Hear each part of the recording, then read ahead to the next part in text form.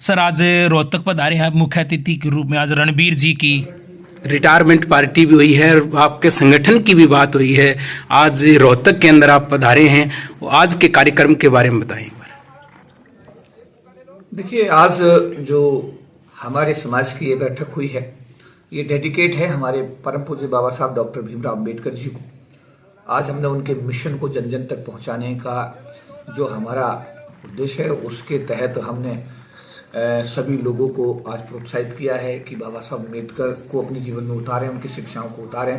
क्योंकि जब देश का राष्ट्रीयकरण हुआ, देश की प्रधानमंत्री इंदिरा गांधी थी, तत्कालीन सरकार ने फैसला लिया, देश में राष्ट्रीयकरण का दौर आया। दिल्ली विद्युत board, LIC, GIC, banks, steel authority, तेल कंपनियां, सभी का राष्ट्रीयकरण हुआ।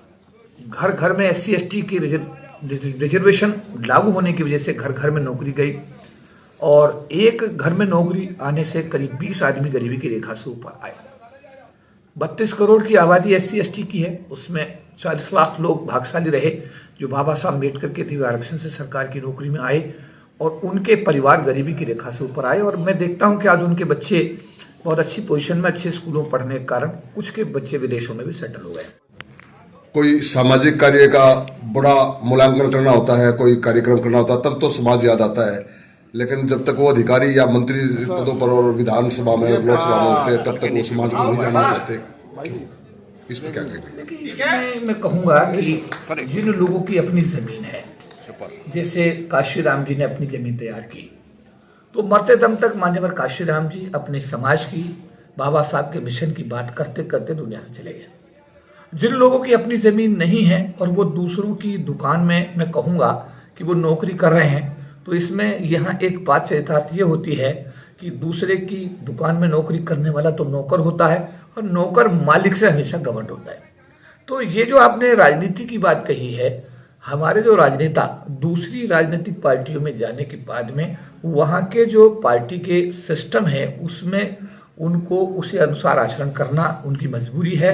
और उसमें वहाँ पर SC ST समाज की अगर हम बात करें तो वहाँ पर मैं बहुत जिम्मेदारी के साथ बात कहूँगा कि देना अगर मजबूरी है तो दिया जाता है और अगर ना देने का वो रास्ता निकल सकता है तो निकाल दिया जाता है। अगर 25% का आरक्षण संविधान में बाबा साहब करके ना गए होते तो एक भी अनुसूचित जाति समाज का आदमी, जनजाति समाज का आदमी लोकसभा में या विधानसभा में ना तो विधानसभा में MLA बन पाता, ना वो लोकसभा में MP बन पाता।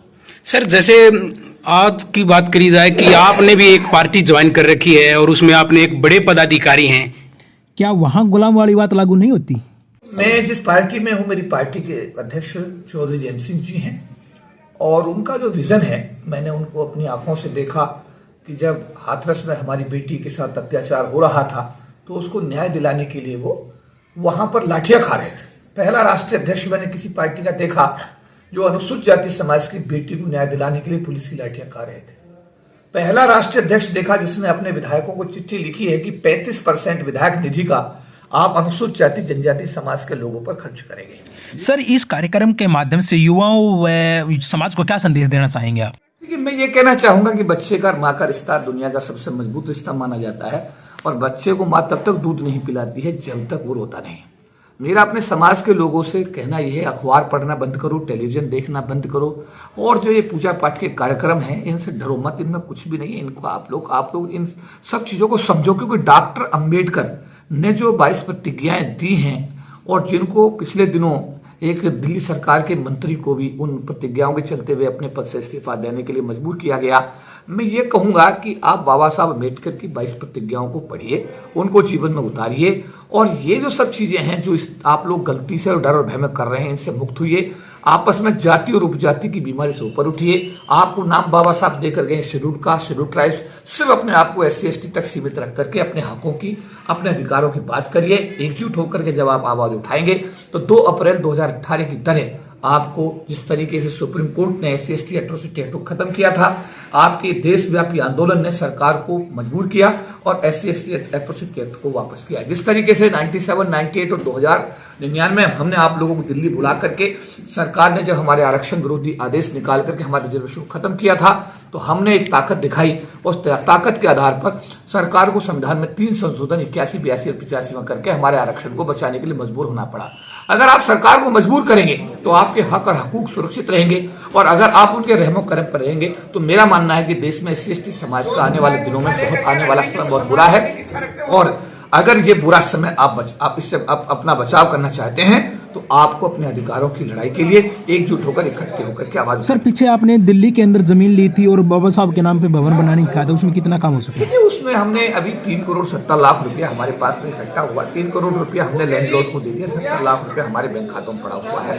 5 करोड़ 65 लाख रुपए में वो हमें जमीन का हमारा एग्रीमेंट है। जैसे ही ये एग्रीमेंट हम करेंगे उसके बाद कंस्ट्रक्शन का काम शुरू कर देंगे, और हमारी कोशिश होगी कि जैसे कंस्ट्रक्शन का काम शुरू हो आने वाले 6 महीने में अपने समाज को फ्री ऑफ कॉस्ट जो 6 मंजिला इमारत हम बनाने का हमारा इरादा है। हमने बेसमेंट में हम कॉन्फ्रेंस हॉल बनाएंगे और ग्राउंड फ्लोर पर स्टील पार्किंग के साथ हम बुद्ध विहार और अपने डॉक्टर्स की बैठने की जगह बनाएंगे। उसके ऊपर हम लोग जो है बच्चों के लिए हॉस्टल बनाएंगे जिसमें बच्चे अब रह करके पढ़ सकें। उसके ऊपर देश विदेश से आने वाले लोगों के लिए गेस्ट हाउस बनाएंगे, और उसके ऊपर हम सिविल सर्विस सेंटर बनाएंगे और एक एडमिनिस्ट्रेटिव ब्लॉक बनाएंगे। ये आपके संगठन की तरफ से बन रहा है? ये हमारे संगठन की है। सिर्फ भारतीय जीवन बीमा निगम, अनुसूचित जाति जनजाति, बुद्धिस्ट कर्मचारी एवं अधिकारी कल्याण संघ के तरफ से बन रहा है। इसमें बाकी किसी आदमी का कोई। सर, इसमें रोहतक की तरफ से कितना पैसा गया? अब तक 15 लाख रुपया रोहतक मंडल कमेटी ने हमको अभी जमा कराए। Thank you sir. जय भीम। और विशेष रूप से आज की सभा के इस आकर्षण रणवीर जी, जिनसे मेरा परिचय नवंबर 1990 में कुरुक्षेत्र यूनिवर्सिटी में हुआ था, तो मैं उनको आगे बढ़ने की और परिवार में सुख संपन्नता और समाज की इसी तरह से सेवा करने की शुभकामनाएं देता हूँ। उसकी निश्चित हो जाती है। लेकिन साथियों, खुशी का मौका ये है कि हमारे साथी रणवीर पूरी ऊर्जा से भरे हुए एकदम स्वस्थ है और लगता है कि रिटायर हो गए हैं, तो ये बहुत खुशी की बात है। और मैंने अगर रिटायरमेंट लाइफ की सोचा रही हेल्थी जो अच्छी तरह से समाज की सेवा करते रहे, जैसे दूसरे आदमियों को करते हैं किसी का नजर करके अपने सबसे समस्याएं जो हमें समझाने में उनकी पूरी मदद करें। ऐसा होता है कि ऐसे में शब्द नहीं होते। मैं तो आता ही जब सबसे पहले यहाँ पे कि रेडियो सर तो मैं जानता हूँ, लेकिन मुझे लगा कि सर का फेयरवेल नहीं होगा। मैंने कहा सर, आपको देख के तो लगता है कि आप 60 साल के हो गए हो, तो ये मुझे बड़ा अचंभा था मेरे लिए। मैं तो बस ये कहूँगा कि सर आप आगे तक ऐसे स्वस्थ रहें और हम लोग मार्गदर्शक रहें, क्योंकि आपका रहना हम सभी के लिए बहुत हिम्मत देता है। धन्यवाद। रणवीर जी का एसोसिएशन काफी ग्रेटफुल है, और जो भी सानू कोई काम की लोड़ पैंती थी, चौधरी साहब बिजी होंगे सी, असी रणवीर जी को नोट कराते सी, और उस चीज़ की जी हल है वो बहुत जल्दी मिलता सीगा। और क्योंकि रणवीर जी को रिटायर हो रहे हैं और सानू पूरी उम्मीद मिल जाता है, तो मैं चाहूँगा अब वो अपना काम समाज दे ही रहे, साथ ही साथ अपने परिवार को ज़्यादा ज़्यादा वक्त दें। और फिर से कहूँगा कि मुबारकबाद रणवीर जी, धन्यवाद। खुशी का विषय है और हमारे हर सबके सब प्रिय है और इतने सुंदर हमारे साथी, और हमारे को हमेशा साथ खड़े हुए हैं। कभी भी जब कोई कार्य समाज में कोई भी साथी के कोई भी विपदा आती मुसीबत डिवीजन का मिला है, तो साथियों हमारे लिए बड़े सौभाग्य की बात है। और जो रणवीर जी, जैसा कि चोपड़ा जी ने पहले बात हुई थी, मेरे चोपड़ा जी तो थोड़े से गरम दल के नेता है, तो रणवीर जी जो है एक बहुत ही जो इनका मिला, ये बहुत कुछ सीखने को मिला। तो यही भगवान से प्रार्थना करता हूँ। आदरणीय श्री रणवीर जी, सम्मानित मंच और इस शुभ अवसर पर इस हॉल में उपस्थित सभी सम्मानित महानुभावों का मैं हार्दिक स्वागत करता हूँ, इस्तेमाल करता हूँ। सेवानिवृत्ति से पूर्व मैं रणवीर जी के सुखद भविष्य का हार्दिक बधाई और इनके जीवन में यश, वैभव, सुख, शांति से परिपूर्ण हो, यह ईश्वर से भी कामना है। साथ ही साथ कामना करता हूँ कि इसी तरह दूसरे के जीवन में भी सुख, शांति, वैभव के दीप सजलाते रहे और इसी तरह समाज की सेवा करते रहे। जिस प्रकार चोपड़ा जी सर की रिटायरमेंट, मुझे भी लास्ट मंथ ही पता लगा कि सर रिटायर हो रहे हैं, और ये सुन के मुझे भी बड़ा आश्चर्य हुआ क्योंकि सब लगते नहीं है कि वो रिटायर होने वाले, जैसे सभी कह रहे हैं। और ऑर्गेनाइजेशन सर को रिटायर कर रही है, बट हम नहीं कर रहे। हमारी एसोसिएशन को सर की हमेशा ज़रूरत रहेगी और वो हमारे साथ इसी तरीके से कंधा मिला के चलते रहें। इन फ्यूचर भी हम सर को तंग करते रहेंगे और सर को फ़ोन करते रहेंगे किसी भी काम के लिए। सभी मंच के सम्मानित सदस्य जय भीम। सर के साथ मैंने काफ़ी टाइम काम किया। सर का रिटायरमेंट मैं से कहूँ it's beginning of new chapter in life. तो सर को उनकी न्यू इनिंग के लिए बहुत बहुत शुभकामनाएं। और जैसे सर का शुरू से रहा है कि ऑफिस का भी काम बहुत अच्छे से करना और वालिद में रह के हम सभी के लिए जितना भी सर ने किया सबके लिए सर का धन्यवाद। और क्योंकि अब सर रिटायर हो रहे हैं तो अब ज़्यादा समय हमें और दे पाएंगे, तो इसकी बहुत खुशी है। सर को वालिद जिंदाबाद जिंदाबाद जिंदाबाद। चलो जिंदाबाद जिंदाबाद जिंदाबाद। केपी चौधरी जिंदाबाद जिंदाबाद जिंदाबाद। नारायण अभी साहब ने बताया आपके सामने, वो इसलिए अपनी जगह पर स्टिक है कि हम जितने भी लोग हैं बैठे हैं। रणवीर जी, चोपड़ा जी, मशहूर उपस्थित और गणमान्य व्यक्तिगण। एक साल पहले ऐसा लगता था कि जैसे ना बड़ा स्मूथ चल रहा है, जैसे जैसे टाइम बीता गया है मेरे हार्ट बीट ना तेज होती जा रही है। जोक्स अपार्ट,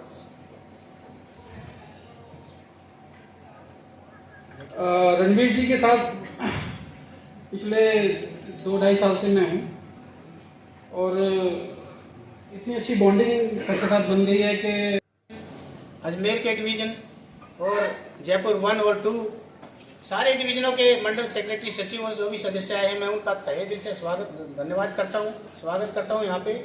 मैं सबसे ज़्यादा मैं रोहतक के डिवीज़न के साथी सतीश चोपड़ा और उनकी टीम का ऐसे भव्य आयोजन के लिए और जो मेरा ये वेलफेयर फेयरवेल का प्रोग्राम रखा है मैं उसके लिए इनका तहे दिल से धन्यवाद करता हूँ। मेरे परिवार के साथी भी यहाँ आए हैं, मैं उनका भी धन्यवाद करता हूँ। और मैं सभी का जिन्होंने भी मेरे को प्यार और रिस्पेक्ट इतना दिया है, मैं सभी एक एक साथियों को सबको धन्यवाद करता हूँ और उनका अभिवादन करता हूँ। साथियों, जहाँ तक बात एसोसिएशन की आती है, मैंने कोई ऐसा बढ़ चढ़ कर कोई ऐसा खास काम नहीं किया है। मैंने जो अपने दिल की जो आवाज़ सुनी और जो मुझे अच्छा लगा मैंने वही काम किया है। साथियों, दिल की जो बात आती है ना, जो दिल से काम करता है साथियों, उसको ऐसी सफलता मिलती है। जैसे आप लोगों ने दराजों की हमने बिल्कुल नहीं पूछा भाई 10 पैसे की 25 पैसे की प्रोग्राम होगा, रोहतक में ठोका राड़े ठोक दिया भाई। अरे आप लोगों के सहयोग से जितने भी साथी आए, करनाल वाले मेरे पैसे के ऊपर दे रहे थे, माँ जो पैसा यहाँ पे वो आपका है और मुझे जरूरत पड़ेगी तो मैं आपसे जरूर लूंगा। तो साथियों, जो ये प्रोग्राम आपने कामयाब किया, ये जो मैं बोल रहा हूँ आप सब लोगों की वजह से बोल रहा हूँ। मैं हमेशा ये याद रखता हूँ, ताकतवर वो आदमी है जो स्टेज के सामने बैठा है, न कि स्टेज पे बैठने वाला। तो इस चीज को ध्यान में कार्य करूंगा, बिल्कुल ईमानदारी से खरा उतरूंगा। जिस दिन ना उतरूं तो आप पकड़ के हाथ नीचे उतार लेना, मैं पिछली सीट पे बैठ रहूंगा आप लोगों के साथ। आग लगी इस पेड़ पर जड़ जड़ गिरते पात, अरे बोला तुम क्यों बैठे पक्षियों पंख तुम्हारे साथ। उसके प्रति अनन्य श्रद्धा दिखाते हुए पक्षी कहते फल खाए इस पेड़ के, गंडे किए इसके पात, और मरना हमारा धर्म है, जलेंगे इसके साथ। तो साथियों, वालिद से हमने वो चीज लेनी है और मेरे तो 4 साल बचे हैं। 2007 से मैं लगा हुआ हूँ। मैं क्लास 3 भर्ती हुआ था, वालिद ने मेरे को क्लास 1 बना रखा है और मैं बिल्कुल सम्मान से जीता हूँ। डिवीजन में मैं किसी से मेरा कोई द्वेष, सबसे मैं प्रेम भाव से रहता हूँ। SDM मैडम से मेरी बात हुई थी, उन्होंने यहाँ आना था, अचानक 4 दिन में हमारा मैनेजर OS के बेटे की निश्चिंत रहो, सब सुरक्षित हो और सबके साथ फिर मैं उसी बात पे आता हूँ, प्यार के भाव से रहो। आपका कोई कुछ नहीं बिगाड़ेगा, आपके घर में संपन्नता आएगी। और आपने जो सहयोग दिया 4 दिन में इस प्रोग्राम को सफल बनाया, इसके लिए मैं फिर और आपको सबको सलाम करता हूँ। धन्यवाद। मुझे नहीं पता, बट मैं इतना जरूर कहूंगा कि जो कुछ भी हूँ और जो कुछ भी होगा अपने समाज के साथ कड़ी था, आज भी हूँ और बढ़ते दम तक अपने समाज के साथ में इसलिए घबराने की जरूरत नहीं है, मस्त रहो। लेकिन एक चीज जरूर कहूंगा, दो चीज आपके पास है। एक तो जब आपको मीटिंग के लिए बुलाया जाए जरूर आइएगा, और एक बाबा साहब ने जो आपको वेतन दिया उसमें से आर्थिक सहयोग की बात अगर कही जाए के लिए वहां अपना गेस्ट हाउस होना चाहिए, आपके बच्चों के लिए हॉस्टल होना चाहिए, आपका कॉन्फ्रेंस हॉल होना चाहिए, आपका बुद्धिविहार वहां होना चाहिए, आपके बच्चों के लिए आईएएस का सिविल सेंटर होना चाहिए। अरे होना चाहिए, होना चाहिए। तो क्या ये एक आदमी इस काम को कर सकता है? नहीं। वचनबद्ध है कि अगर किसी भी प्रकार की कोई कमी होगी तो उसको पूरा करने के लिए आप सब लोग तैयार हैं? कितने लोग तैयार हैं? सारे लोग तैयार हैं। धन्यवाद। तो मेरा कहना ये भैया, बच्चा भी जब तक रोता नहीं मार नहीं, और माँ का दुनिया का दिमाग में माँ का बच्चे का दुनिया का सबसे मजबूत रिश्ता माना जाता है। एलआईसी हो क्या भारत की सरकार हो, सरकार ने क्या किया? सारा क्षेत्र निजी क्षेत्र में डाल दिया। बाबा साहब गांधी के भी जो पुनर्व्यक्त हुआ उसको फेल कर दिया। रिजर्वेशन में जो प्रावधान थे उनको बिना कॉन्स्टिट्यूशन को बदल दिया, और आपके रिजर्वेशन को लगभग समाप्त कर दिया। अब ये आवाज तो किसी को उठानी पड़ेगी। यहाँ डॉक्टर अम्बेडकर और काशीराम तो नहीं है, लेकिन किसी को तो काशीराम और डॉक्टर अम्बेडकर बनना ही पड़ेगा। तो मेरा अनुरोध आपसे ये है कि सब लोग अपने आप को काशीराम समझो, सब लोग बाबा साहब अम्बेडकर का जय समझो, और उन्हीं के अनुसार आचरण करो, उनसे सीखो और पढ़ो। यार ये क्या देखते हो, टेलीविजन देखते हो, तुम्हारे मेरे मतलब की कोई बात नहीं होती। अखबार पढ़ते हो, तुम्हारे मेरे मतलब की बात नहीं होती। टेलीविजन देख कर एटीआर में बढ़ा के दुश्मनों को मजबूर करते हो, अखबार खरीद करके दुश्मनों को मजबूर करते हो। अरे इन सब चीजों को छोड़ो, पढ़ो, समझ में आ रही है। और बाबा साहब को पढ़ोगे, आज तक आरएसएस के पास भी बाबा साहब की काट नहीं हुई। आरएसएस के पास भी बाबा साहब अम्बेडकर की काट नहीं है। देश में अगर आरएसएस का सिस्टम घबराता है तो बाबा साहब अम्बेडकर की कंसेप्ट से घबराता है। जो लोग अपने घरों में बाबा साहब का फोटो नहीं लगाते, क्या वो अम्बेडकरवादी हो सकते हैं? जो बाबा साहब की शिक्षा को जीवन में नहीं उतारते, क्या वो अम्बेडकरवादी हो सकते हैं? मुझे नहीं पता कि यहाँ बैठे हुए लोगों में कितने फर्जी अम्बेडकरवादी हैं, लेकिन अगर कोई है तो मेरा हाथ जोड़कर निवेदन है कि फर्जीवाद से निकल कर आओगे, हाथ उठाओगे, निकलोगे और अम्बेडकरवाद को अपने जीवन में उतारो। तो मैं अपनी बात को ही समाप्त करते हुए हमारी जो रोहतक मंडल से आभार धन्यवाद व्यक्त करता हूं। हमारे मंडल के जो सचिव